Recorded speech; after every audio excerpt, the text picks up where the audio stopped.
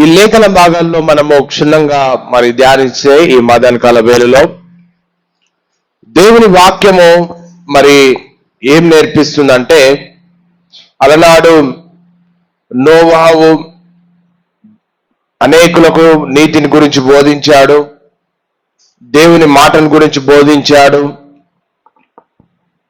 ఆయన మాటలు ఎవరు ఆయన తృణీకరిస్తూ అవహేళన చేస్తే, దాని తర్వాత దేవుని ఉగ్రతకు చోటు కల్పించి మరి జలప్రలయం ద్వారా ఆ పట్టణాన్ని, ఆ దేశాన్ని మొత్తం కూడా దేవుడు నాశనం చేశాడు. ఎందుకు అంటే దైవజనుని మాటను వినకపోవడం వల్ల, దేవుని వైపు మనుషులు తిరగకపోవడం వల్ల, దేవుని మాటలు లెక్క చేయకపోవడం వల్ల జలప్రలయం దేవుడు రప్పించాడు. తద్వారా దేశం అంతా కూడా నాశనమైన తర్వాత ఈ యొక్క 11వ వచనానికి మనం వస్తూ ఉంటున్నాం. నోవహు జలప్రలయం తర్వాత మానవాళ్ళందరూ కూడా ఒకే భాషతో షీనారు మైదానంలో స్థిరపడతారు. మరి వారు దేవునిపై ఈ వచనాల్లో మనం చూస్తే క్షుణ్ణంగా ఏమనుందంటే, మానవులందరూ కూడా ఒక ఐక్యత చాటుకొని ఒక ఉద్దేశ్యముతో, లేకపోతే మన వాళ్ళందరూ కూడా ఒక దగ్గరనే ఉండి ఒకే పద్ధతిలో ఒకే భాషగా ఒకే ఉద్దేశం కలిగి జీవించాలని నిర్ణయాన్ని తీసుకొని మరి ఇక్కడ ఒక టవర్ను నిర్మించడం, బాబేలు గోపురంగా మనం చూస్తూ ఉంటున్నాం. మరి ఎందుకు వీరికి ఈ ఆలోచన తట్టింది అంటే, ఒక్కొక్కసారి మనుషులైనటువంటి మనుషులు ఏదైనా పని చేసేటప్పుడు దేవుని చిత్తాన్ని కనుగొనరు. మనుషులు ఏదైనా నిర్ణయం తీసుకున్నప్పుడు ఇది దేవుని చిత్తమా అని కనుగొనరు. ఎందుకు అంటే దేవుని ఉద్దేశం ఒకటై ఉంటుంది, దేవుని ఆలోచన ఒకటై ఉంటుంది, దేవుని పద్ధతి ఒకటై ఉంటుంది, మనుషుల పద్ధతి ఒకటి ఉంటుంది, మనుషుల ఆలోచన ఒకటి ఉంటుంది. మనుషులందరూ ఒకలాగా నిర్ణయం తీసుకొని గుడ్డిగా ముందుకెళ్తారు. కానీ దేవునికి కూడా ఇంకొక ఆలోచన ఉంటుంది. మనం ఏమనుకుంటాం, నాకే జ్ఞానం ఉంది అనుకుంటాం. మనుషులు ఏమనుకుంటారు, నాకే తెలివి ఉంది అనుకుంటారు. మనుషులు ఏమనుకుంటారు, నాకున్నంత మంచి జ్ఞానం ఎవరికి లేదు అని అనుకొని నిర్ణయాలు తీసుకొని ముందుకు వెళ్తా ఉంటారు దైనందిన జీవితంలో. ఇక్కడ ఈ పరిస్థితిలో కూడా మరి ఇక్కడ ఉన్న వారందరూ కూడా మరి ఏమని మాట్లాడుతున్నారంటే, భూమి అంతటా ఒక భాషయు ఒక పలుకును ఉండేను అనే మాటను మనం చూస్తూ ఉంటున్నాం. ఇక్కడ 4వ వచనానికి మనం చూసినట్లయితే మరి మనం వారు మనము భూమి అందంతటా చెదిరిపోకుండా ఒక పట్టణములో, ఇక్కడ రేవనుంది, మనము భూమి అందంతటా చెదిరిపోకుండా ఒక పట్టణములో ఆకాశమంటూ శిఖరము గల గోపురాన్ని కట్టుకోవాలని తీర్మానం చేసుకున్నారు. ఏం చేసుకున్నంట, మనుషులందరూ ఐక్యంగా ఒక మాట మీదకి వచ్చారు. ఒక మాట, ఒక పద్ధతి ప్రకారం వెళ్దామని ఒక తీర్మానానికి వచ్చారు. వారు వచ్చి ఏం చేశారు, అక్కడ మనము భూమి అంతటా చెదిరిపోకుండా ఒక దగ్గరనే ఉండాలి, ఒక మాట మీదనే ఉండాలి, ఒక ఆలోచన ప్రకారమే ఉండాలి. మనకు ఎవరు సాట్లే, మన నిర్ణయమే అంతిమ నిర్ణయం. మనకు దేవునితో పని లేదు, దేవుని ఆలోచనతో పని లేదు, దేవుని చిత్తంతో పని లేదు, దేవుని పద్ధతితో పని లేదు. అప్పటికే దానికంటే ముందు జలప్రలయం వచ్చి దేశమంతా కూడా నాశనం అయిపోయింది. ఎందుకు నాశనం అయిపోయింది అంటే, దేవుని మాటను ధిక్కరించి, దేవుని దైవజనునికి అవహేళన చేస్తూ, ఆయన మాటను ధిక్కరించి దేవునికి కోపం రగులుకునేటట్టు మరి ఆ ప్రజలందరూ చేస్తే, దేవుని ఉగ్రతకు ప్రజలందరూ కూడా పాలు కావాల్సినటువంటి సమయంలో మరి జలప్రలయంలో అందరూ కూడా మునిగిపోవడం మనం చూస్తూ ఉంటున్నాం. దాని తర్వాత కూడా మానవుల స్వభావం మారుతుందా అంటే మారదు. ఆ యొక్క దేవుని కోపము ఉగ్రత ద్వారా తర్వాత కూడా మనుషులు మారు మనసు పొంది దేవుని మాట ప్రకారం, దేవుని చిత్త ప్రకారం, దేవుని ఆలోచన ప్రకారం జీవిస్తారా అంటే జీవించరు. వాక్యం ఏం చెప్తుందంటే, దేవుని చిత్తానుసారంగా నడుచుకోవాల్సినటువంటి మనుషులు, దేవుని పద్ధతి ప్రకారం నడుచుకోవాల్సినటువంటి మనుషులు, దేవునికి ఒక ప్రణాళిక ఉంటుంది. ఏంటి ఆ ప్రణాళిక?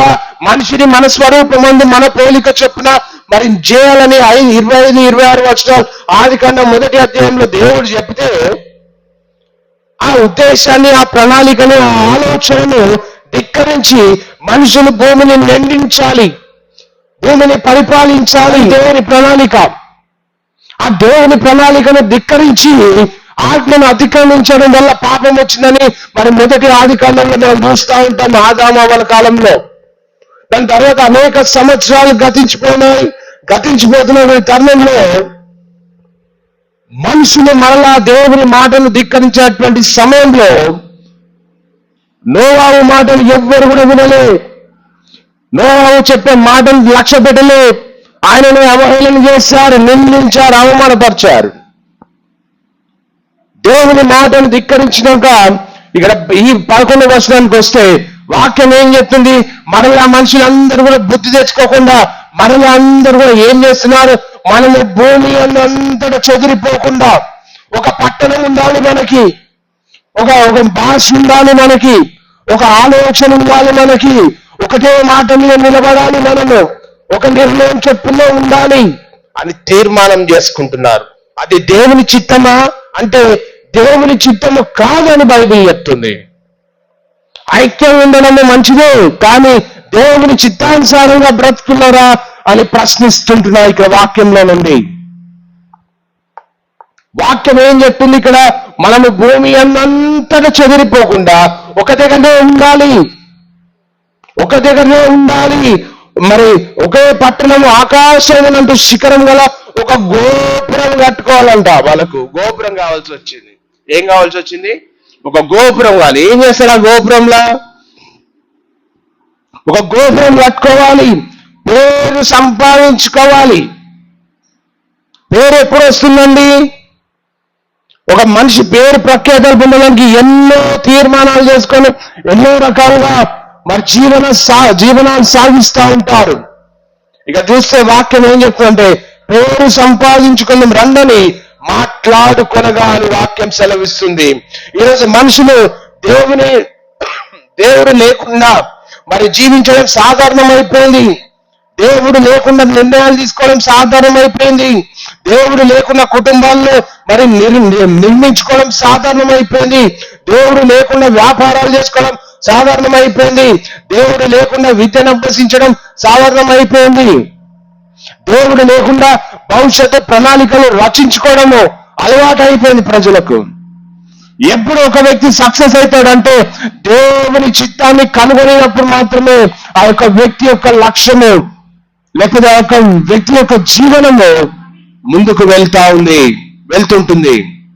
ఈరోజు నీ జీవితంలో ఏ రకంగా నిర్ణయాలు తీసుకుంటున్నావు? ఏ ఆలోచన చొప్పున నడుస్తున్నావు? దేని ప్రకారంగా జీవిస్తున్నావు? నీకు సమస్య వచ్చినప్పుడు దేవుడి చిత్తాన్ని వెతుకుతున్నావా? నీ కుటుంబంలో తగాదాలు వస్తున్నప్పుడు ఏందయ్యా ఈ చిత్తము, దేవుని చిత్తం ఏదని కనుగొంటున్నావా? వాక్యం ఏం చెప్తుందంటే ఒకసారి దేవుని ఉగ్రత చవి చూచిన తర్వాత మరలా మనుషులు మారుతారనుకున్నారు దేవుడు. కానీ దేవునికి విరుద్ధంగా రచనలు రచిస్తా ఉంటున్నారు. మనిషి దేవుని ఆశీర్వాదం కావాలని కోరుకుంటాడు, కానీ దేవుని నాయకత్వం మాత్రం వద్దనుకుంటాడు. నీ జీవితంలో ఆశీర్వదించబడాలి, దేవుని సంకల్పం అది. నీ జీవితంలో ఉన్నతమైనటువంటి స్థితికి వెళ్ళాలి, అది దేవుని సంకల్పం. అయితే ఆ వెళ్ళే క్రమంలో తీసుకునే నిర్ణయంలో నీవు దేవుని చిత్తాన్ని నువ్వు కనుగొంటున్నావా? అది నా ప్రశ్న. బాబేలు గోపురం కథ గోపురం గురించి కాదు.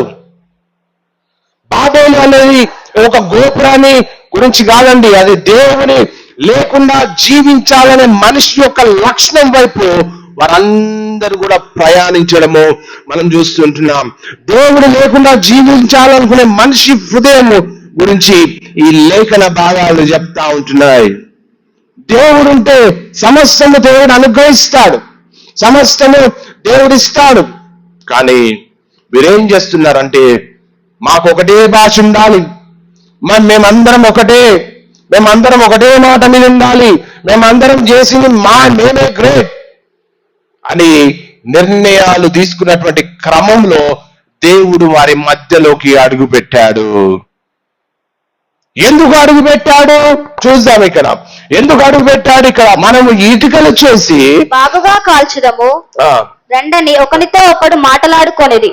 రాళ్లకు ప్రతిగా ఇటుకలను, అడుసునకు ప్రతిగా మట్టి కీలును వారికొండెను. వారు కష్టపడ్డారు, ప్రణాళికలు వేసుకున్నారు, అభివృద్ధి సాధించాలని కోరుకున్నారు. కానీ మానవులు దేవుని ఆజ్ఞను ధిక్కరించి తమ యొక్క గొప్పతనాన్ని చాటుకోవాలని, ఒక పట్టణం మాకే సపరేట్ పట్టణం ఉండాలని, మాకే సపరేట్ గోపురం ఉండాలని, ఆకాశాన్ని తాకే చిన్న గోపురం కాదు, ఆ బైబిల్ ఏం చెప్తుంది? ఆకాశాన్ని తాకే ఒక గోపురం ఉండాలని వారు నిర్మించుకోవాలని నిర్ణయించుకున్నప్పుడు ప్రజలందరూ కలిసికట్టుగా ఒకే భాషతో శాశ్వతమైనటువంటి పట్టణాన్ని మరియు ఆకాశాన్ని తాకే గోపురాన్ని నిర్మించాలని ఒక ప్రణాళిక వేసుకున్నారు. ఏం చేసుకున్నారు? ఒక ప్రణాళిక వేసుకున్నారు. బయట చూస్తే వారు విజయవంతుల్లా కనిపించారు. ఓకే, అందరు కలిసికట్టుగా నిర్ణయం తీసుకుంటే అరే వీరందరూ కూడా వెరీ గుడ్ సక్సెస్ అవుతున్నారు అనుకున్నారు.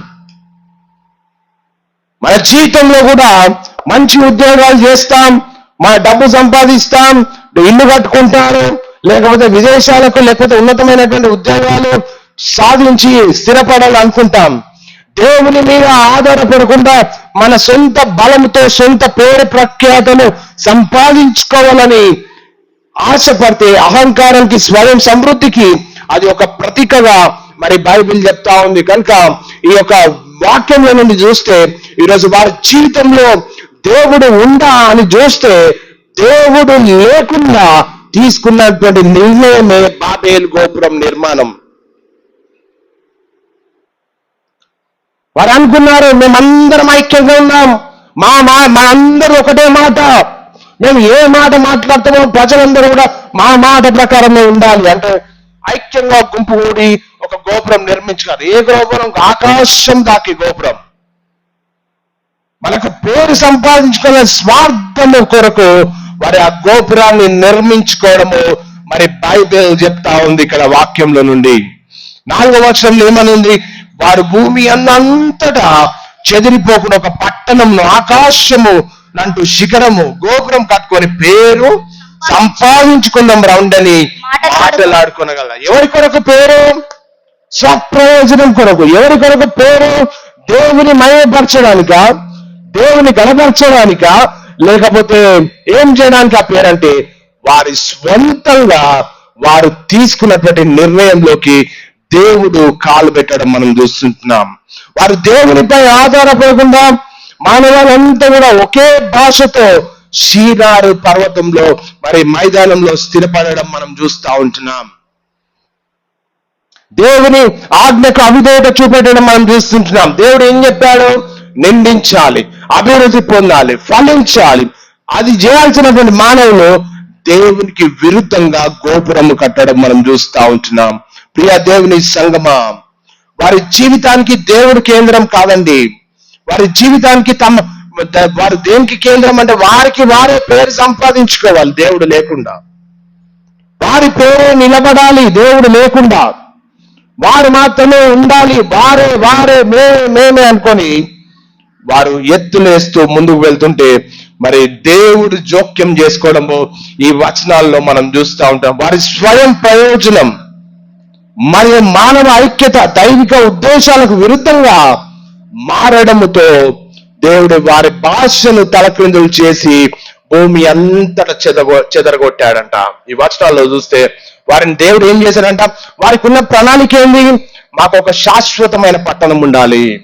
వారి ప్రణాళిక ఏంది? మాకు గోపురం ఉండాలి. వారి ప్రణాళిక ఏంది? మేమందరం ఐక్యంగా ఉండాలి, మాకు మాత్రమే పేరు ఉండాలి. ఏం చెప్తుంది బైబిల్ అంటే వారి ప్రణాళికలోకి దేవుడు మధ్యలోకి రావడంతో దేవుడు ఏం చేశాడో చూద్దాం. ఇక్కడ ఏం చేశాడు? వారిని చెదరగొట్టాడని బైబిల్లో ఉంది. ఈరోజు నీ జీవితంలో నువ్వు తీసుకున్న నిర్ణయం ఏంటి? నీ జీవితంలో నువ్వు తీసుకున్నటువంటి నిర్ణయం ఏంటి? నీ చదువు కొరకు దేవుని చిత్తాన్ని కనిపెట్టావా? నీ భవిష్యత్ కొరకు దేవుని చిత్తాన్ని కనిపెట్టావా? నీ ఆరోగ్యం కొరకు దేవుని చిత్తాన్ని కనిపెట్టావా? నీకు కావాల్సినటువంటి డబ్బు కొరకు దేవుని చిత్తాన్ని కనిపెట్టినావా? ఒక ఇల్లు కట్టుకోవాలంటే దానికి దేవుని చిత్తాన్ని కనిపెట్టినావా? దేవుని చిత్తం ఏమో ఉంది నీ జీవితంలో? ఏం కాదు. ఈ దేవుని కొరకు ఏం సాధించాలని మానవుడు లక్ష్యం కొరకు పని చేస్తున్నారంటే వీరందరూ అనుకున్నారు మాది మాకే ఉండాలి, మేమందరం ఐక్యంగా ఉండాలి. తప్ప రైట్ అది? చెప్పండి, మిమ్మల్ని అడుగుతున్నా, మీకున్న జ్ఞానం ప్రకారం తప్ప రైటా? తప్ప రైటా? తప్ప రైటా? రైటా? మరి దేవుడు ఎందుకు వారు ఐక్యంగా ఉంటే ఐక్యతను వినగొట్టడానికి దేవుడి మధ్యలోకి వచ్చాడు? దేవుని మాట రైటా, మనిషి మాట రైటా? ఎందుకు దేవుని మాట రైట్? మరి దేవుడు ఎందుకు వచ్చిన మధ్యలోకి? మీరు అందరూ ఏం చేసిన నిర్ణయం? మేము ఐక్యంగా ఉండాలి, మాకు ఒక పట్టణం, సపరేట్ పట్టణం ఉండాలి, మేము అందరితో కలవం, మాది మాకే ఉండాలి, మాకు పెద్ద ఆకాశం తాకే గోపురం ఉండాలి. తప్ప రైటా? ఐక్యంగా ఉండడం తప్ప? ఒకటే భాష మాట్లాడడం తప్ప? ఒకటే రకంగా ఉండడం తప్ప? మరి ఎందుకు దేవుడు వీళ్ళ మధ్యలో పోయిండు? ఎందుకు వీరి మధ్యలో జోక్యం చేసుకున్నాడు దేవుడు? చెప్పండి. దేవుని చిత్తాన్ని తెలుసుకోకుండా వీరు తీసుకున్నటువంటి నిర్ణయం. దేవుని ప్రణాళిక ప్రకారం జీవించాల్సినటువంటి మానవుడు దేవునికి విరుద్ధంగా తీర్మానం తీసుకోవడమే వీరి జీవితంలో ఒక శాపంగా మారింది. దేవుడు ఇక్కడ ఏమన్నది? దేవుడు జోక్యం చేసుకుని మధ్యలోకి వారి జీవితానికి కేంద్రం దేవుడు కాదండి. తమ పేరు ప్రఖ్యాతల కొరకు ఆ గోపురాన్ని నిర్మించుకున్నారు. మేమందరం ఐక్యంగా ఉంటాం, మాది మాకే ఉండాలి, మా దాంట్లోకి ఇంకొకటి రావద్దు, మా దాంట్లోకి ఇంకోటి చూడొద్దు, మా భాష, మా పేరు, మా ప్రఖ్యాతి, మా గోపురం మాకే ఉండాలి అని వాక్యంలో వీరు చేస్తూ ఉండడం మనం చూస్తున్నాం. ఈ రోజు కూడా చాలా మంది జీవితాల్లో మనం చూస్తున్నాం. నన్ను గుర్తించాలి, నేను ఎదగాలి, నా పిల్లలు గొప్పవాళ్ళు కావాలి, నా కుటుంబం అందరికంటే పెద్దది కావాలని అనేక రకాలుగా ఆలోచిస్తూ ఉంటారు. కానీ వారి మధ్యలో దేవుని చిత్తాన్ని కనుగొంటున్నారా? దేవుని ఉద్దేశము, చిత్తము ఏమైందో కనుగొంటున్నారా? అంటే దేవుని చిత్త ప్రకారం నువ్వు పోతే నేను అందరికంటే ఉన్నతమైనటువంటి స్థానంలో దేవుడు నిలబెట్టుకుంటాడు. దేవుడు ఇచ్చిన వాగ్దానం ఏంది? నిన్ను తలగా పెడతా అంటున్నాడు దేవుడు. ఎప్పుడు తలగా పెడతాను నిన్ను అంటే దేవుని చిత్త ప్రకారం నేను నడుచుకున్నప్పుడు, దేవుని ఆలోచన ప్రకారం నువ్వు జీవించుకున్నప్పుడు, దేవుని ఆలోచన ప్రకారం నువ్వు తీసుకున్న నిర్ణయాన్ని బట్టి దేవుడు నిన్ను గణపరుస్తాడు. కానీ సొంత నిర్ణయాల ప్రకారం తప్పటడుగులు వేసుకొని పోతే, దేవుని చిత్తాన్ని వెతకకుండా రాంగ్ డైరెక్షన్ లో మానవులు ఎప్పుడైతే పోతారో వారి మధ్యలోకి దేవుడు వచ్చి వారిని చెదరగొట్టడము ఈ లేఖన భాగాల్లో మనం చూస్తూ ఉంటున్నాం. మానవ ఐక్యత మరి శక్తి. మనం ఇక్కడ ఏమనుంది? ఇదిగో జనం ఒక్కటే, భాష ఒక్కటే, వారి ఆటంకం ఏమి ఉండదని దేవుడు అంటారు. కానీ మనుషులు ఏకమై కలిసి పనిచేస్తే ఎంతటి గొప్ప కార్యాలైనా సాధించగలరనేటువంటి మనోధైర్యం చేత నిర్ణయాలు తీసుకుంటారు. కానీ అది గనుక దేవుని చిత్తము కాకపోతే వారినే దేవుడు చెదరగొడతాడు. దాంట్లో నుంచి మనం నేర్చుకోవాల్సినటువంటి పాఠం. అందుకనే నిర్ణయాలు తీసుకున్నటువంటి క్రమంలో, ప్రజలతో మమేకమవుతున్నటువంటి క్రమంలో, ప్రజలతో జీవిస్తున్నటువంటి క్రమంలో నేను చేసే నిర్ణయం, నేను తీసుకునే నిర్ణయము దేవుని చిత్తమా నా చిత్తమా అని కనుగొని నువ్వు అడుగులు వేసినప్పుడు మాత్రమే నీ జీవితము దేవునికి మహిమకరంగా ఉంటుంది. బాబేలు గోపురం కట్టడంలో మానవుల ఉద్దేశం దేవుని మహిమపరచడం కాదండి, తమ సొంత కీర్తిని చాటుకోవడం కొరకు, దేవుని ఆజ్ఞను మరి ధిక్కరించడం. వాక్యంలో చూస్తే ఐక్యత మంచిది అయినప్పటికీ కానీ వారి యొక్క ఉద్దేశము దేవుని చిత్తానికి విరుద్ధంగా ఉన్నప్పుడు అది ప్రమాదకరంగా మారింది. ఇక్కడ ఐక్యత మంచిదే కాదా? ఐక్యత మంచిదే కాదా? ఐక్యత మంచిదే. కానీ ఆ ఐక్యత దేవుని చిత్తానికి అనుకూలంగా ఉందా, వ్యతిరేకంగా ఉందా పరీక్షించుకోవాలి. ఈ వచనంలో చూస్తే దైవిక జోక్యము చేసుకోవడం జరుగుతుంది. ఇక్కడ మానవులు తమ స్వయం అహంకారంతో దేవుని స్థానానికి ఎదగాలని ప్రయత్నిస్తున్నప్పుడు వారి ప్రణాళికలను ఆపడానికి దేవుడు మధ్యలోకి వచ్చి జోక్యము చేసుకోవడం మనం చూస్తుంటున్నాం. దేవుడు భాషలను తారుమారు చేయవలసి వచ్చింది. మనుషుల ఆలోచనల ప్రణాళికను దేవుని సంకల్పానికి మించినవి కావని ఈ లేఖన భాగాల్లోంచి మానవులమైనటువంటి మనము నేర్చుకోవాల్సినటువంటి సత్యముగా ఉంది. మనుషుల ఆలోచనలు మరి ప్రణాళికలు దేవుని సంకల్పానికి మించినవి కాదండి. కానీ మనుషులు రచిస్తా ఉంటారు రచనలు. నాకు ఇది ఉండాలి, అది ఉండాలి, మేమే మేమే మేమే మా గోపురం ఉండాలని ప్రయత్నం చేస్తారు వీళ్ళు. అప్పటికే ఒకసారి దెబ్బ పడ్డది వీళ్ళకు. ఆయన బుద్ధి మారని పరిస్థితిలో ఇంకా దేవునికి విరుద్ధమైనటువంటి రచనలు రచిస్తున్నటువంటి స్థానంలో దేవుడు జోక్యం చేసుకోవడం మనం చూస్తుంటాం. నీలో నా స్థానము ఎక్కడుందని దేవుడు అడుగుతుంటున్నాడు. ఈరోజు నీ జీవితంలో నా స్థానం ఎక్కడుందని దేవుడు అడుగుతుంటున్నాడు. నువ్వు దేవుడు లేకుండా నువ్వు ఏ నిర్ణయం తీసుకుంటున్నావు?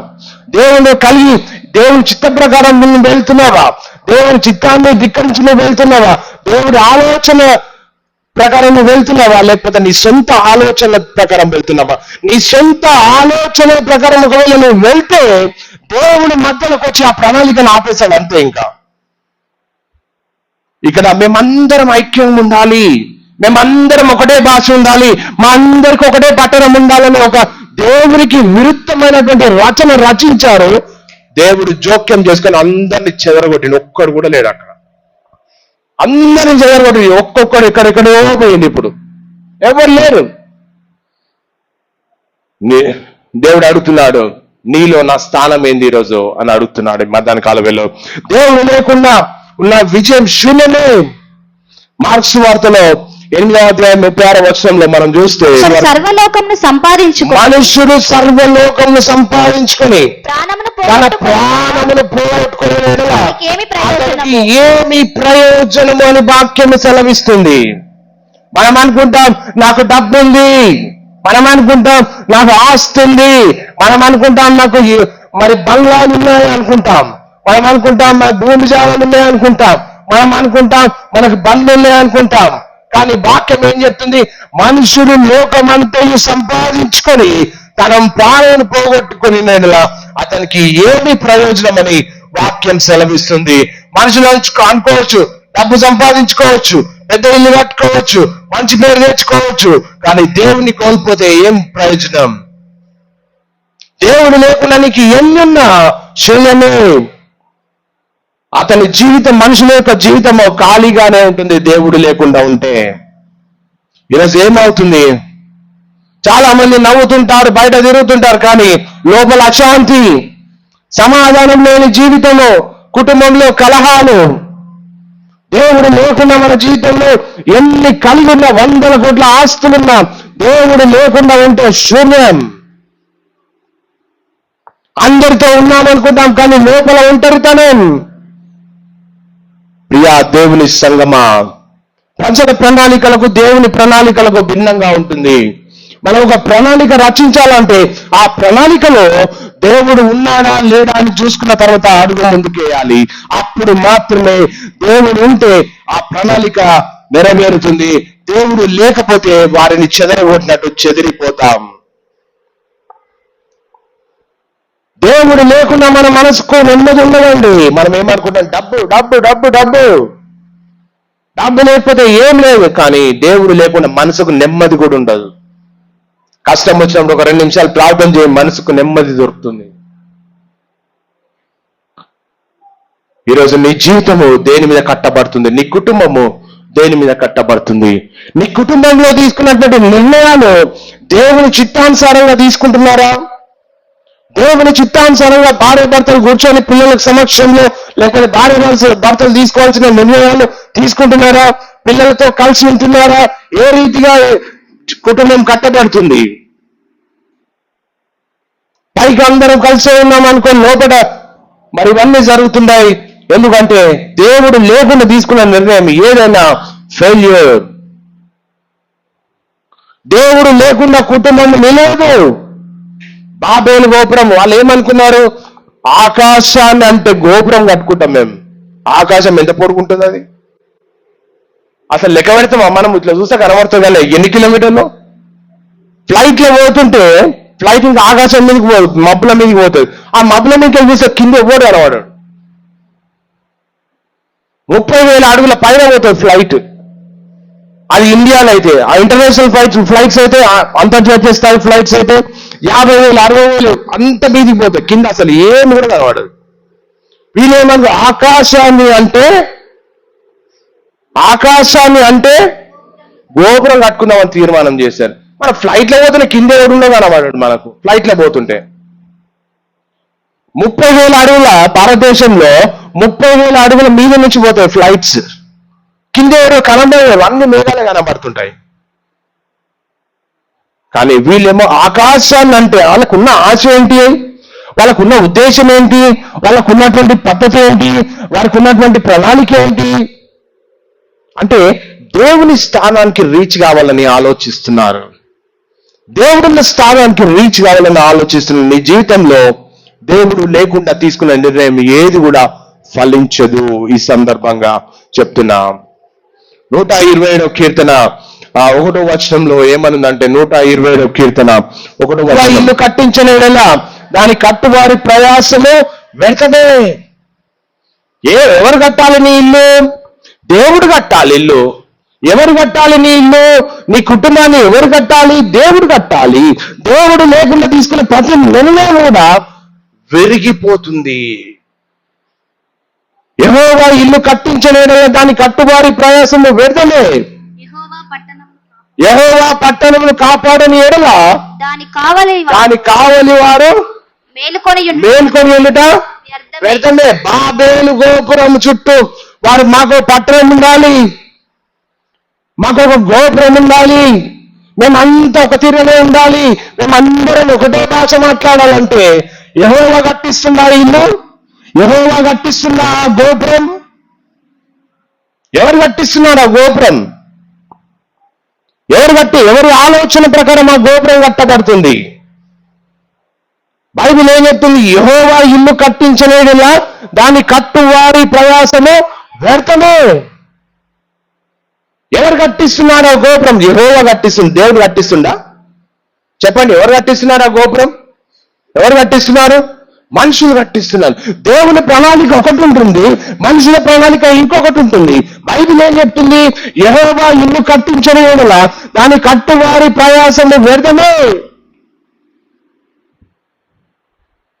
యెహోవా పట్టణమును కాపాడని యెడల దాని కావలి వీళ్ళందరూ ఏమనుకుంటారు? మేము గోపురం కడుతున్నాం, మాకు ఇదే ఉండాలి, ఇక మేమందరం ఇక్కడ ఉంటామని ప్రణాళికలు రచిస్తుంది. కానీ వీరి మధ్యలోకి ఎవరు వచ్చారు? దేవుడు వచ్చాడు.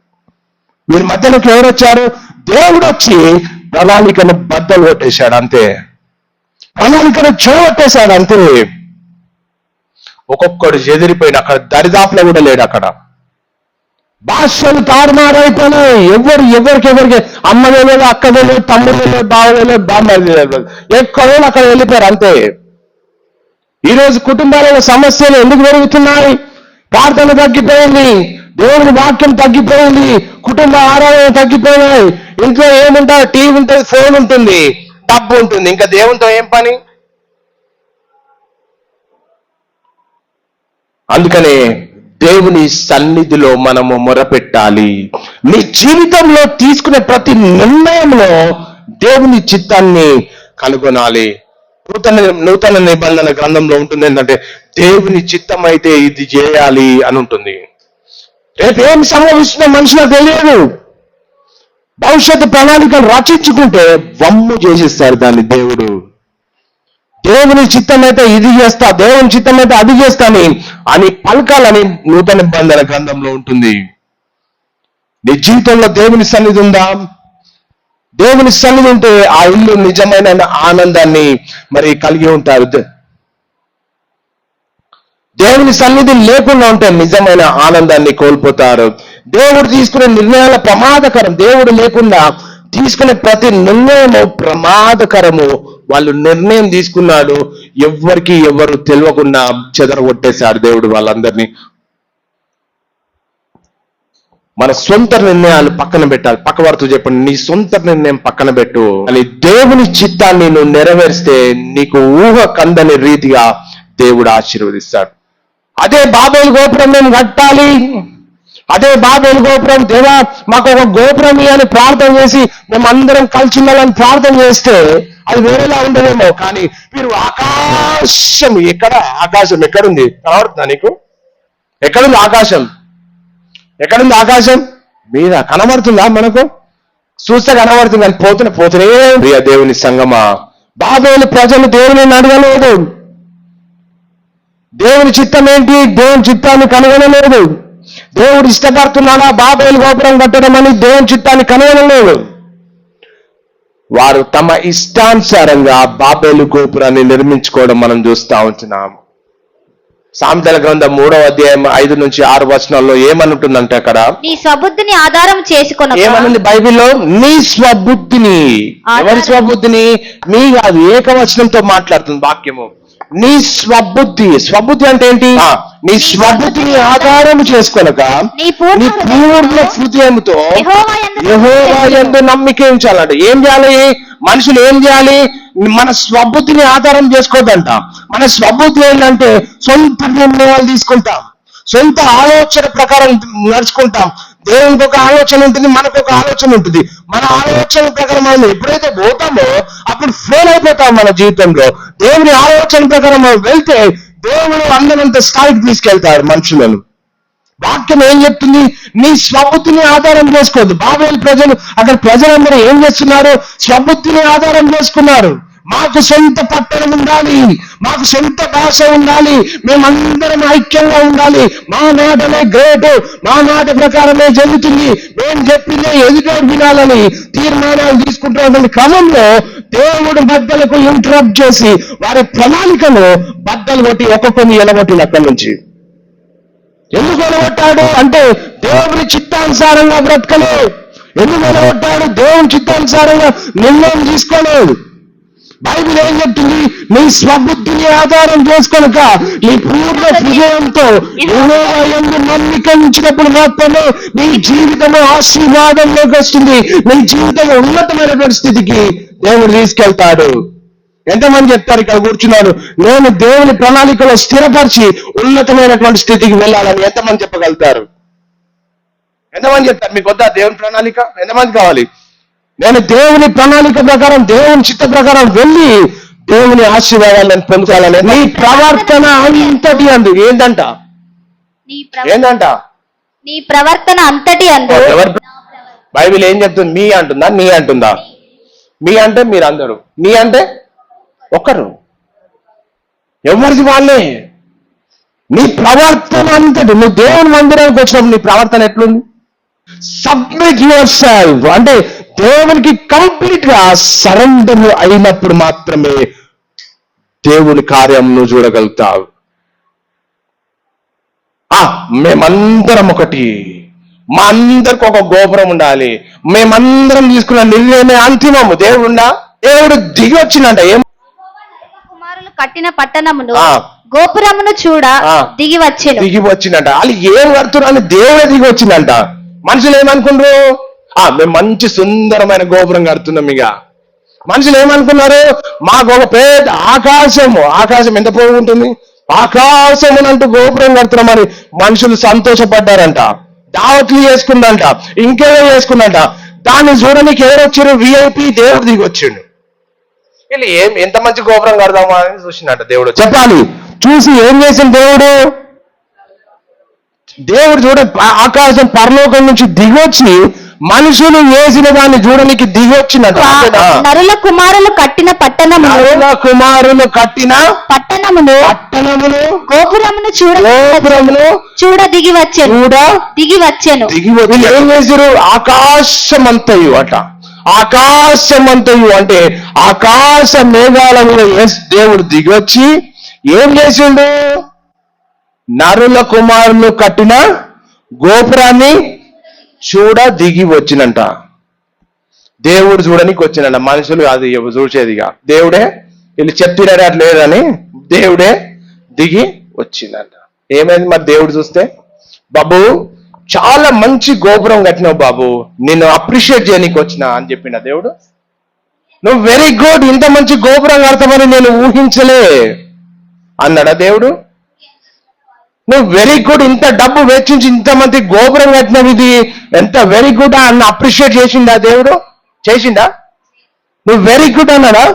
ఒక్క దెబ్బ కొడితే ఒక్కొక్కడు మామ ఎటువేండో, బామ్మడిది ఎటువేండో, ఇంకోటి ఎటువేండో, అల్లుడు ఎటువేండో, ఒక్కొక్కడు చెదిరిపోయినాడు. అక్కడ చూడు వాక్యం ఏముంటున్నా కదా, అలాగు యెహోవా అక్కడ నుండి భూమి అందంతటా వారిని చెదరగొట్టెను గనుక వారు ఆ పట్టణమును కట్టుట మానిరి. అందుకనే మైండ్ దగ్గర పెట్టుకొని దేవునికి వ్యతిరేకమైన పని ఎవరైతే చేస్తాడో దేవుడే దిగి వస్తాడు. అంతేనా? బైబిల్లో కొత్త నిబంధన గ్రంథంలో ఏముంది? పరుని పాపంలో పాలు పొందకుడు. ఒకటి తప్పటాడు చేసినంటే వానికి సపోర్ట్ చేసినాక వాని మీద దేవుని ఉగ్రత వస్తుంది. దేవుడే దిగి వచ్చిందంట మనుషులు చేసే దాన్ని చూచి. మనుషులు ఎవరు ఇన్వాల్వ్ కాలే. నువ్వు పోయి ఏం చేయకరా బాబా అని చెప్పలే ఎవరు కూడా పోయి. దేవుడే ఏం చేసినంట? దేవుడే దిగి వచ్చిందంట. అందుకనే పక్కవారితో చెప్పాలి ఏంటంటే దేవుని ప్రణాళిక ప్రకారము మనం నడుచుకోవాలి. చెప్పండి పక్కవారితో, దేవుని ప్రణాళిక చొప్పున మనం నడుచుకోవాలి. దేవుని ప్రణాళిక ఉందా లేదా తెలుసుకోవాలి ఫస్ట్. ఎవరో చేసిన దానికి సహకరించి లేకపోతే ఇంకేదో చేస్తే ఇక్కడ ఏమైంది? దేవుడే దిగి వచ్చినట్ట. దేవుడు ఇంటర్ఫియర్ అయింది సిచ్యువేషన్ లో. మనుషుల వల్ల కాకపోతే దేవుడు వస్తాడు మధ్యలోకి. నీ ప్రవర్తన అంతటి అందు ఆయన అధికారములకు ఒప్పుకోను, అప్పుడు ఆయన నీ త్రోవలను సరళము చేయండి. దేవుని చిత్త ప్రకారం పోతే నీకు ఏది కూడా అడ్డు రాదు. దేవుని ప్రణాళికలో అన్ని దేవుడు ఏం చేస్తాడు? ఒక్కొక్కటి మార్గాలు తెరుచుకుంటూ పోతాడు. ఇజ్రాయెల్ ప్రజలు వెళ్ళేటప్పుడు ఎన్ని ఆటంకాలు వచ్చినాయండి వారికి. దేవుడు 430 సంవత్సరాలు బానిసత్వం ఉంటే వారి మొరను మరి మోషన్ ఎన్నుకొని తీసుకుపోతుంటే ఎన్ని ఆటంకాలు సృష్టించింది ఫరో. ఎన్ని ఆటంకాలు వచ్చినాయి. సముద్రం అడ్డం వచ్చింది, వెనక ఫరో సైన్యము, ముంగడ ఆటంకాలు వస్తున్నా వీరు ఇట్లా ఎంటర్ రైతుంటేనే ఎర్ర సముద్రం 2 పాయలైందంట. వారికి ద్వారము మూయబడిన ద్వారము తెరవబడింది. ఎందుకు? దేవుని చిత్తం ఉంటే తెరవబడుతుంది. అట్లా దేవుని చిత్తం ఉంటే నువ్వు డబ్బు ఖర్చు పెట్టడం కాదు, దేవుడే మార్గం ఫ్రీగా తెరుస్తాడు అన్ని. దేవుని చిత్తాన్ని కనుకో. పక్కవారితో చెప్పండి, దేవుని చిత్తం ఏంది? దేవుని చిత్తాన్ని తెలుసుకొని మనము నిర్ణయాలు తీసుకోవాలి. దేవుడు మన హృదయాన్ని చూస్తాడు, మనం తీసుకునే నిర్ణయాలను చూడడు దేవుడు. మనం ఏ హృదయంతో ఏ ఆలోచన చెప్పినా దేవునికి మహిమకరంగా మనము చేస్తున్నామా అని దేవుడు మన హృదయాన్ని చూస్తాడు, మన బాహ్యదాన్ని చూడడు. దేవుడు ఏం చేశాడంట? చెప్పండి పక్కవారితో, దేవుడు నీ హృదయాన్ని చూస్తాడు, నీ నడవడిని కాదు, నీ హృదయాన్ని చూస్తాడు. చెప్పండి పక్కవారితో, దేవుడు నీ హృదయాన్ని చూస్తాడు. మొదటి సమూయేలు గ్రంథం 16వ అధ్యాయం 7వ వచనం. 16:7 వచనం చదవమ్మా. అయితే యెహోవా సమూయేలుతో ఇలాగు సెలవిచ్చెను, అతని రూపమును అతని ఎత్తును లక్ష్య పెట్టకము, మనుషులు లక్ష్య పెట్టు వాటిని యెహోవా లక్ష్య పెట్టడు. అతని త్రోసివేసి ఉన్నాను. మనుషులు పైరూపమును లక్ష్య పెట్టుదురు కానీ యెహోవా హృదయమును లక్ష్య పెడతాడంట. దేవుడు ఏం చేశాడంట? యెహోవా ఏం చేశాడంట? హృదయము. నీ హృదయము ఏ ఉద్దేశం ప్రకారం నువ్వు నిర్ణయం తీసుకుంటున్నావు? ఏ ఉద్దేశంతో నువ్వు తీర్మానాలు తీసుకుంటున్నావు? ఏ ఉద్దేశంతో నువ్వు అడుగులు వేస్తున్నావు? ఏ ఉద్దేశంతో నువ్వు ముందుకు వెళ్తున్నావు? ఏ ఉద్దేశంతో నీ జీవితాన్ని నిర్మించుకుంటున్నావు? ఏ ఉద్దేశంతో బాబోలు గోపురం కట్టబడుతుంది? ఏ ఉద్దేశంతో మనుషులందరూ ఏకమవుతున్నారు? ఏ ఉద్దేశంతో పట్టణాన్ని కాపాడదామని పట్టణాన్ని కట్టుకుంటున్నారు వాళ్ళు? దేవుడు ఏం చూస్తాడు? వాళ్ళు ఎంతమంది ఉన్నారో చూడడు. దేవుడు ఏం చూస్తాడు? వారు ఏ రీతిలో ఉన్నారో చూడడు. దేవుడు ఏం చూస్తాడు? వారి హృదయాన్ని చూస్తాడు. బైబిల్ అదే చెప్తుంది ఏంటంటే మనుషులు ఏం చేస్తారు? పై రూపమును చూస్తారు. దేవుడు ఏం చేస్తాడు? హృదయాన్ని. ప్రజలు బయటిని చూస్తారు, దేవుడు లోపల చూస్తాడు హృదయాన్ని. మనుషులు ఎట్లున్నారు? మంచి బట్టలు వేసుకుంటా, లేక మంచి నిర్ణయాలు తీసుకుంటారా, అరే వెరీ గుడ్, ప్రజల చేత మెప్పు పొందడానికి ప్రయత్నాలు చేస్తుంటారు. కానీ దేవుడు ఏం చూస్తాడంట, నువ్వు తీసుకున్న హృదయము, నీ హృదయంలో దేవునికి ప్రీతికరంగా ఉందా, లేకపోతే దేవుని నామానికి అవమానకరంగా ఉందా, అది చూస్తాడు దేవుడు. మీరు చేసేది దేవుని బాబేలు గోపురం అనేది దేవునికి ప్రీతికరంగా ఉందా, దేవుని నామానికి అవమానకరంగా ఉందా? చెప్పండి మీరు.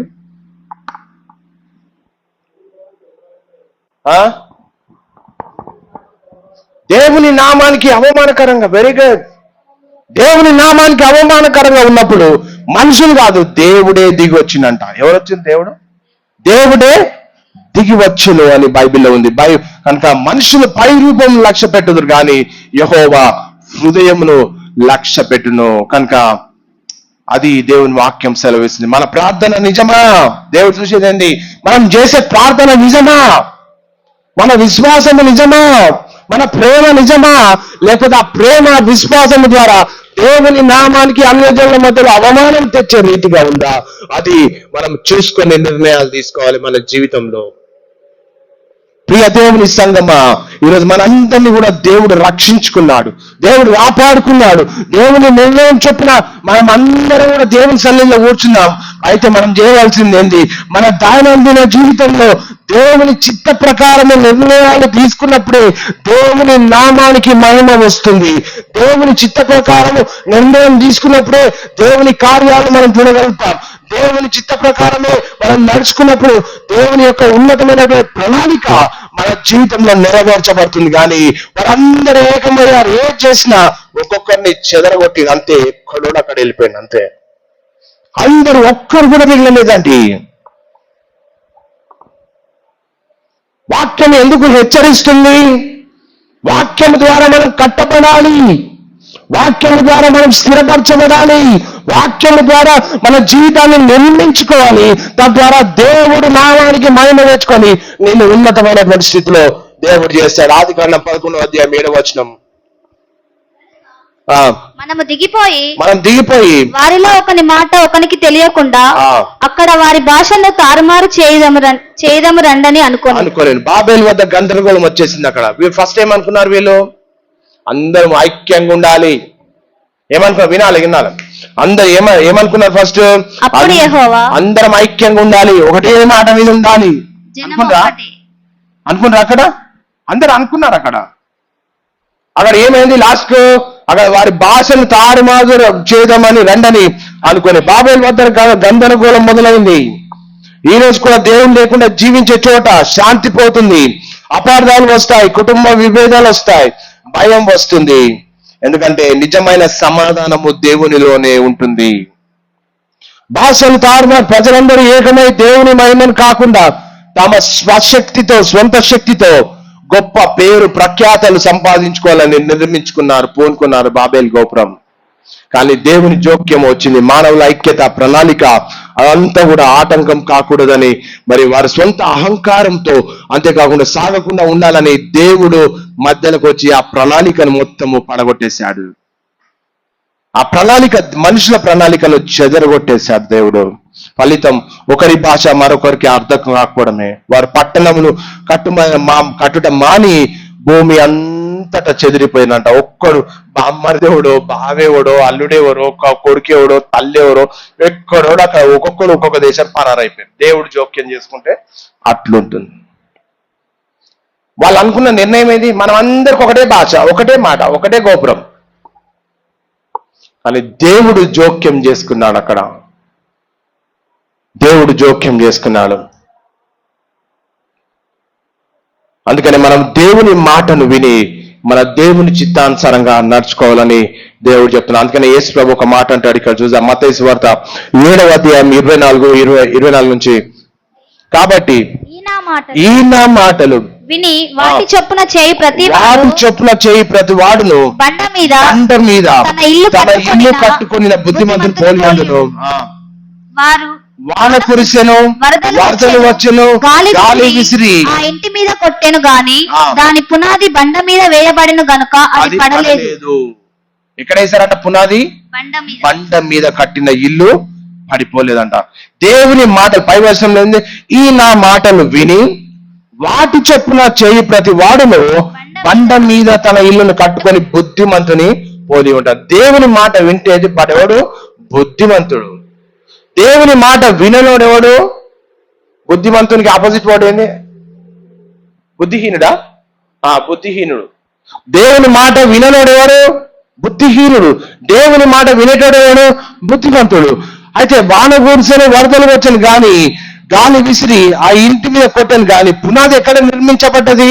బండ దేనికి సాదృశ్యం అంటే యేసు క్రీస్తుకు సాదృశ్యం బండ.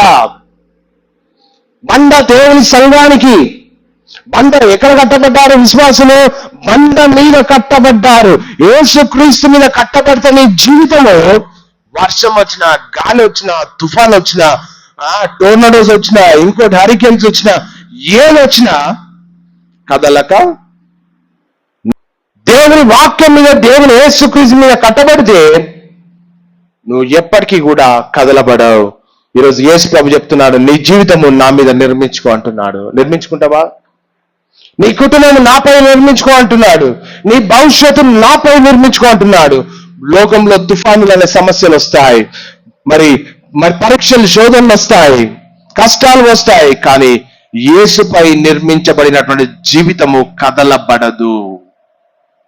నో మ్యాటర్ నీకు వ్యతిరేకంగా ఎంతమంది చెలరేగినా, నీ జీవితము గనుక క్రీస్తుపై ఉంటే, ఆ బండ మీద కట్టబడితే నువ్వు ఎన్నటికీ కూడా పడిపోవు. ప్రియ దేవుని సంగమా, దేవుడు చెప్పే మాట, నీ జీవితము క్రీస్తుపై నిర్మించిన జీవితము నిరంతరము నిలుస్తుంది.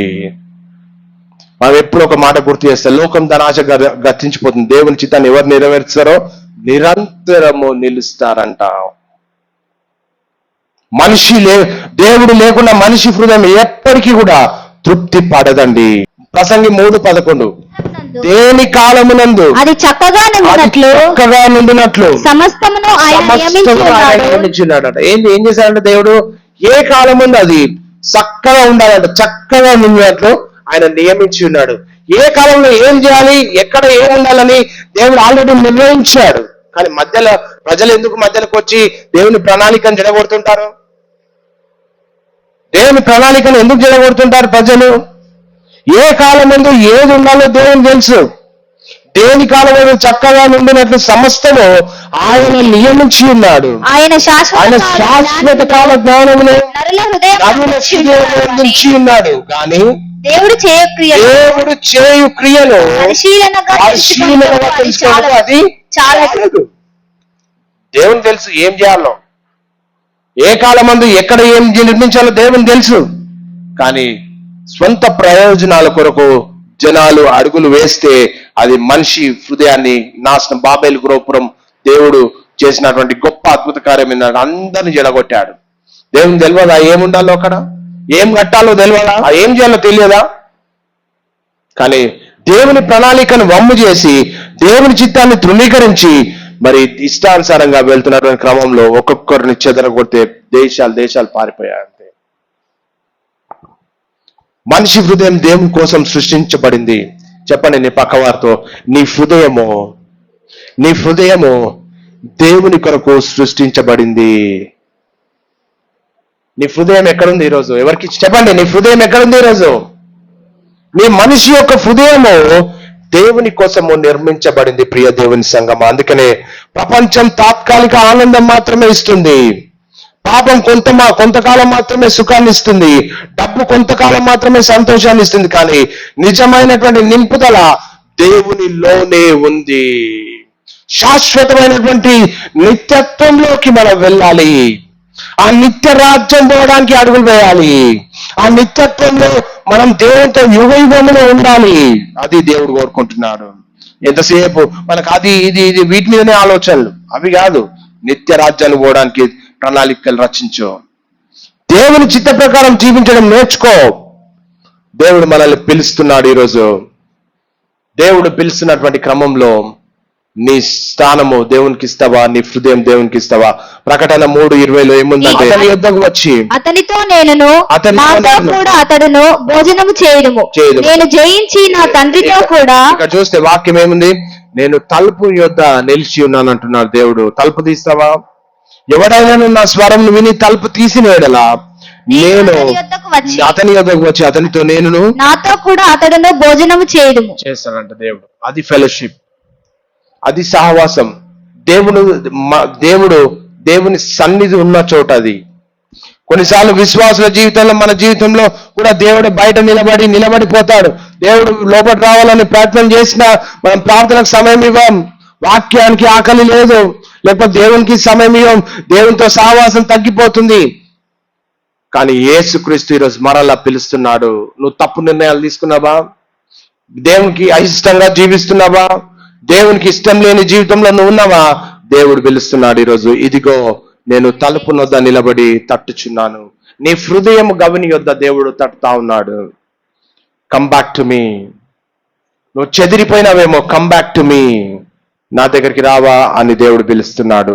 నా స్వరము విని తలుపు తీసిన ఎడలా నేను అతని యొద్దకు వచ్చి అతనితో నేను నాతో కూడా అతడు భోజనము చేద్దుము. అంటే ఒక రిలేషన్షిప్ దేవుడు మరలా ఎస్టాబ్లిష్ చేస్తాడు. ఒక రిలేషన్షిప్, ఒక సహవాసం మరలా దేవుడు కడతాడు. దేవుడు అంటున్నాడు, నన్ను నీ జీవితంలో మొదటి స్థానంలో పెట్టంటున్నాడు దేవుడు. నీ జీవితంలో దేవుని మొదటి స్థానం ఇస్తావా? నీ జీవితంలో తీసుకునే నిర్ణయంలో దేవునికి మొదటి స్థానం ఇస్తావా? నువ్వు వేసే అడుగులో దేవునికి మొదటి స్థానం ఇస్తావా? మన జీవితంలో దేవునికి స్థానం ఇవ్వాలి. ఈరోజు మనల్ని ప్రశ్నించుకోవాలి. నా ఇంట్లో దేవుడుండా? సహవాసం కలిగి ఉండాలి దేవునితో. ఇంకేం చేయాలి? ప్రార్థన. కుటుంబం అంతా ఐక్యంగా కూర్చొని ప్రార్థన చేయాలి.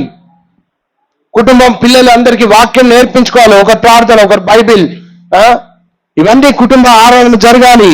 నీ నిర్ణయాలలో దేవుడున్నాడా? నీ పిల్లల పెంపకంలో దేవుడు కనిపిస్తుందా? దేవుని భయభక్తుల్లో పెరుగుతున్నారా? పిల్లలు ఎక్కడ పోతున్నారు? యవనస్తులు ఎక్కడ తిరుగుతున్నారు? ఏం చేస్తున్నారు? దేవుని భయంలో ఎదుగుతున్నారా? నా భవిష్యత్తులో దేవుడు ఉన్నాడా? నా హృదయంలో దేవుడు మొదటి స్థానంలో ఉన్నాడా? ఇవి పరీక్షించుకొని ఈరోజు మనం ఇంటికి వెళ్దాం. దేవుడు లేకుండా బాబేలు గోపురం నిర్మించారు. దేవుడే దిగొచ్చిందంట. వీళ్ళేమో నిర్మిస్తురేందిడా? ఆకాశమునంటే గోపురం నిర్మిస్తురేందిడా అని చూడడానికి దేవుడే దిగొచ్చిందంట. ఈరోజు నీ హృదయంలో దేవునికి మొదటి స్థానం ఇచ్చావా? బాబేలు గోపురం మనిషి గొప్పతనాన్ని చూపింది, కానీ అది నిలబడలేదు. క్రీస్తుపై నిర్మించిన జీవితం మాత్రం నిత్య కాలము నిలుస్తుంది. వర్షం వస్తుంది, గాలి వస్తుంది, బండ మీద కట్టిన ఇల్లు పడిపోదు. ఆ బండ క్రీస్తే. నీ జీవితంలో కూడా క్రీస్తును కలిగి ఉన్నప్పుడు మాత్రమే మన జీవితం చూస్తాం. అందరం 2 నిమిషం తలలు వంచి దేవుని సన్నిధిలో మనం ఒక నిర్ణయం తీసుకుందాం. అయ్యా, నేను బాబేలు గోపురం లాంటి నిర్ణయం తీసుకున్నానా? నీకు వ్యతిరేకమైనటువంటి చిత్తంలో నడుస్తున్నానా? సన్నిధిలో ఒక తీర్మానం తీసుకుందాం క్రమమైన పద్ధతిలో. అయ్యా, నా భవిష్యత్ ఏంది? నేను నీ చిత్త ప్రకారం నేను నిర్ణయం తీసుకోవాలి. నా సొంత నిర్ణయం కాదు. నీ అడుగు జాడల్లో నా జీవితం కట్టబడాలి. నీ అడుగు జాడల్లో నేను నడుచుకోవాలి. దేవా, నా భవిష్యత్తు నీలో ఉండాలి. నువ్వు ప్రార్థన చేసుకో ఈరోజు. నా ఇంట్లో దేవుడు ఉన్నాడా? నా నిర్ణయాలలో దేవుడు ఉన్నాడా? నా పిల్లల పెంపకంలో దేవుడు ఉన్నాడా? నా భవిష్యత్తులో దేవుడు ఉన్నాడా? నా హృదయంలో దేవునికి మొదటి స్థానంలో ఉన్నాడా? బాబేలు గోపురం మనిషి గొప్పతనాన్ని చూపింది, కానీ అది నిలబడలేదు. దేవునికి కోపం వచ్చింది. క్రీస్తుపై నిర్మించిన జీవితం మాత్రం నిత్యకాలం నిలుస్తుంది. దేవుడు లేకుండా జీవితం ఖాళీ. దేవుడు లేకుండా విజయం వ్యర్థం. దేవుడు లేకుండా సంపద తాత్కాలికం. దేవుడు లేకుండా ఆనందం అసంపూర్ణం. కానీ దేవునితో సమాధానం ఉంటుంది, కానీ దేవునితో నడిపింపు ఉంటుంది, కానీ దేవునితో ఆశీర్వాదం ఉంటుంది, దేవునితో నిత్య జీవం ఉంటుంది. ఇవి కదా మనకు కావాల్సింది. ప్రియమైన పరలోకపు తండ్రి, నిన్ను లేకుండా ఏది నిర్మించకుండా మమ్మల్ని కాపాడుము. మా కుటుంబాలలో, మా నిర్ణయాలలో, మా హృదయాలలో నీవే మొదటి స్థానంలో ఉండుము. మా జీవితాలకు నీవే పునాదిగా ఉండుము. అయ్యా, ఈ రోజు నుంచి మా సొంత ఆలోచనల ప్రకారం కాకుండా నీకు సబ్మిట్ అయి సరెండర్ అయి నువ్వు చూపే మార్గంలో మేము నడుచుకోవాలి తండ్రి. అయ్యా మా మీద నీ కరుణ కటాక్షములు కుమ్మరించండి. అయ్యా బాబేలులో ప్రభా వారు ఎన్నో ప్రయత్నాలు చేశారు ప్రభా. అయ్యా నీకు విరుద్ధమైనటువంటి నిర్ణయం తీసుకున్నారు ప్రభా. అయ్యా ప్రభా దాన్ని చూడడానికి మీరు దిగి వచ్చారని బైబిల్ చెప్తా ఉంది. దేవుడు లేకుండా నిర్ణయాలు, దేవుడు లేకుండా వ్యాపారాలు, కుటుంబాలు, విద్య, భవిష్యత్ ప్రణాళికలు రచిస్తూ ఉంటారు. కానీ నీ నాయకత్వంలో మేము ఎదిగినప్పుడు మాత్రమే ఏదైనా స్థిరపరచబడతబడుతుంది ప్రభువా. దయతో తప్పు నిర్ణయాలను మన్నించి, తప్పు ఆలోచనలు మన్నించి, తప్పటడుగులను తొలగించి నీ యందు మేము స్థిరపరచబడి బలపరచబడి నీ ఆత్మీయతలో దినదినము ఎదిగి ఉన్నతమైనటువంటి ప్రణాళికలు మా అందరినీ కూడా కట్టుమని ప్రార్థిస్తూ యేసుక్రీస్తు నామమున అడిగి వేడుకుంటున్నాం మా తండ్రి. ఆమేన్.